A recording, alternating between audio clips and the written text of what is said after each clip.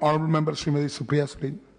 Thank you, sir. I stand here in support of this amendment of the Constitution, Order 1950, to provide inclusion of certain communities in the list of scheduled tribes. Sir, this राज्य से मैं आती हूँ, 5-7 साल से वहाँ धनगर, मराठा, लिंगायत और मुस्लिम समाज बहुत दिन से आरक्षण की मांग कर रहा है। कल में भी जो बिल में डिस्कशन हुआ था उसके बारे में मैं बोली थी, क्योंकि धनगर, मराठा, लिंगायत और मुस्लिम इन्होंने आंदोलन किए। आंदोलन के बाद तब के जो विपक्ष के नेता थे उन्होंने ऐसे कहा था कि जब हमारी सरकार आएगी तो पहले कैबिनेट में हम दे देंगे। मैं थोड़ी सी क्रोनोलॉजी आपको बताऊंगी सर। और आज के मंत्री के जवाब में ऐसे आया कि 1979 में महाराष्ट्र ने पहली बार धनगर समाज की जो मांग थी वो दिल्ली भेजी थी। तब मिस्टर पवार महाराष्ट्र के मुख्यमंत्री थे और 1981 में, ये सारा मंत्री जी का स्टेटमेंट है, मैं सिर्फ दोहरा रही हूँ, उन्होंने वापस भेज दिया कि कोई टेक्निकल चीज़ें कम ज़्यादा थी उसमें। लेकिन उसके बाद जब विपक्ष के नेता थे 2013 में, उन्होंने कहा था कि 14 में हमारी अगर सरकार आएगी तो धनगर समाज को पहले ही कैबिनेट में हम आरक्षण दे देंगे। 5 साल सर उनकी सरकार रही। महाराष्ट्र में हर हफ्ते कैबिनेट होती है, तो 5 साल का 52 का हिसाब करें तो 250 कैबिनेट हो चुकी है, लेकिन आरक्षण तो धनगर समाज को नहीं मिला।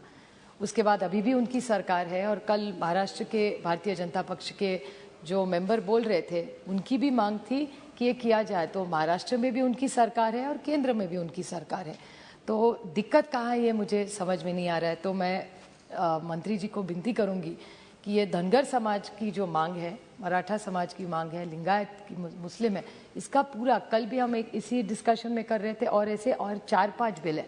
तो अगर हिमाचल के लिए हो सकता है, तमिलनाडु के लिए हो सकता है, उत्तर प्रदेश के लिए हो सकता है, तो महाराष्ट्र के लिए क्यों नहीं हो सकता? और क्यों नहीं एक कॉम्प्रिहेंसिव बिल, हर पीस बाय पीस, एक टुकड़े करके एक राज्य का बिल ला रहे हैं? क्यों ना एक देश के लिए जहाँ जहाँ से मांगे आ रही है। और मंत्री महोदय ने उनके जवाब में आज सुबह कहा कि जब महाराष्ट्र से प्रपोजल आया था उन्होंने एक कमीशन के बारे में बोला था। जी, एक महाराष्ट्र ने कमीशन, जो विपक्ष के नेता थे 2013 में, वो मुख्यमंत्री बने 2014 में और आज महाराष्ट्र में उप मुख्यमंत्री है। उन्होंने एक कमीशन बैठाया था जिन्होंने ये धनगर समाज की रिक्वायरमेंट को रिजेक्ट कैसे दिया। रिपोर्ट मैंने देखा नहीं है लेकिन पेपर में पढ़ा है। मेरे ख्याल से अगर इतनी बड़ी समाज मांग कर रहा है, ऐसा कौन सा आपने सर्वे, किसको जिम्मेदारी दी जिन्होंने ये इतनी मांग रिजेक्ट कर दी?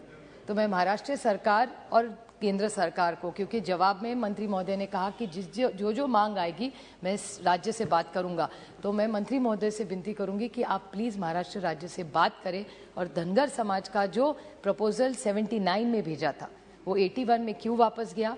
उसके बाद महाराष्ट्र की भारतीय जनता पार्टी की, मैं इसमें राजनीति नहीं, मैं सिर्फ क्रोनोलॉजी आपको बता रही हूँ, तो उन्होंने जो कमिटमेंट दिया था उसका क्या हुआ? उसके बाद वो जो कमीशन बैठा गया उसका रिजेक्शन क्यों आया? क्योंकि किसको दिया इन्होंने कि इतना बड़ा अन्याय, इतने समाज को जो न्याय मांगने की कोशिश कर रहा है, हम सब उसमें साथ हैं। हर पार्टी का मानना है, भले भारतीय जनता पक्ष हो, कांग्रेस हो, शिवसेना हो, सबकी मानने की धनगर सो एक वॉइस में सारे जो महाराष्ट्र के पक्ष है, अगर वो कह रहे हैं कि धनगर समाज को रिजर्वेशन दे तो दिक्कत क्या है? आपसे तो 303 MP है, यहाँ तो कोई दिक्कत नहीं है ना। महाराष्ट्र में अभी ईडी सरकार, ईडी मतलब एकनाथ और देवेंद्र, वो खुद कहते हैं, मैं नहीं उनको ईडी सरकार कह रही हूँ, वो खुद को ईडी सरकार बोलते हैं। अच्छा, तो ईडी सरकार ने अगर कहा है कि हमको ये आरक्षण दे, तो मेरे ख्याल से उसकी क्रोनोलॉजी देख के आप सब ने सोचना चाहिए सर। मेरी दोस्त माधवी चंद्रानी मुर्मू और अपूरूपा पोद्दार, उन्होंने सविस्तर इन्होंने जो ट्राइबल्स के इश्यू उसमें रेज किया है सर। जब मंत्री जी ने जवाब में भी एकलव्य स्कूल के बारे में उन्होंने कहा कि स्कूल बड़े बनवाए, लेकिन स्कूल में क्वालिटी एजुकेशन क्या है सर? स्कूल तो बनवाए, बिल्डिंग बनती है, लेकिन स्कूल बिल्डिंग से नहीं होता, अंदर बच्चों को क्या शिक्षा मिलती है। और राइट टू एजुकेशन में जो इंक्लूसिव एजुकेशन का जो विषय है हमारा, तो क्यों ना एकलव्य स्कूल अलग ही करने से क्यों ना इन सारे बच्चों को हम लोग इंटीग्रेट करें? क्यों ऐसा चाहिए कि एक समाज के बच्चे एक ही स्कूल में जाए? क्योंकि राइट टू एजुकेशन में तो प्राविधान किया है, तो क्यों ना काफ़ी ये सारे जो बच्चे हैं उनकी जो स्कॉलरशिप्स है उससे ज़्यादा शायद पैसा बढ़ा के, क्योंकि नीति आयोग में जिस बारे में पहले बोल चुके हैं तो मैं रिपीट नहीं करूंगी सर, क्योंकि अपूर्वा पोद्दार जी ने उन सब कहा है कि नीति आयोग कुछ कह रहा है और सरकार कुछ कह रही है। नीति आयोग कह रही है कि इस डिपार्टमेंट का बजट कम हो रहा है, लेकिन मंत्री जी उनके आज के उत्तर में कह रहे थे कि बजट बढ़ा है। तो नीति आयोग कह रही है सच के मंत्री जी कह रहे, मेरे ख्याल से ये क्लैरिफिकेशन दे दे, क्योंकि ट्राइबल्स को मदद की ज़रूरत है। अरविंद सावंत जी जो कह रहे थे, हमारे यहाँ भी महाराष्ट्र में नंदुरबार हो, पालघर हो, मेलघाट हो, इनके प्रश्न जो है वो अलग है। ये जो ट्राइबल्स है उनके महिलाओं के प्रश्न अलग है, उनमें अनीमिया का नंबर, हेल्थ इश्यूज बहुत ज़्यादा है, उनके सारी जो डिलीवरीज होती है अभी महाराष्ट्र की जगह में इंस्टीट्यूशनलाइज्ड है, पर देश में सब जगह इंस्टीट्यूशनलाइज नहीं है सर। तो क्यों ना एक इंटीग्रेटेड प्रोग्राम इनके लिए बनाया जाए।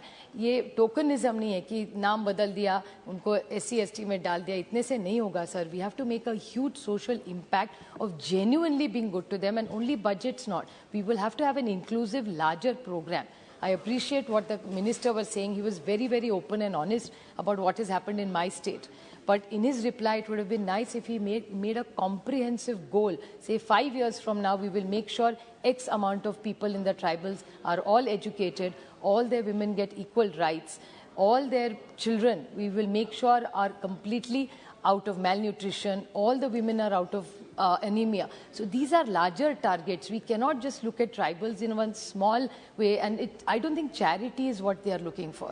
They are looking for fair inclusion, rights on merit. And I think this world is working towards merit. So why can't they also get things, because they are citizens of this country, and I think we all owe it to them. So I take this opportunity again to request the Honorable Minister कि ये सरकार 303 इतनी बड़ी आपकी यहाँ है, महाराष्ट्र में है, तो मराठा समाज, धनगर समाज, लिंगायत और मुस्लिम समाज को जरूर आरक्षण का सोचे। ये आपका इलेक्शन मैनिफेस्टो का कमिटमेंट है, 8 साल से पेंडिंग पड़ा है, वो प्लीज पूरा करें। Thank you sir. Thank you.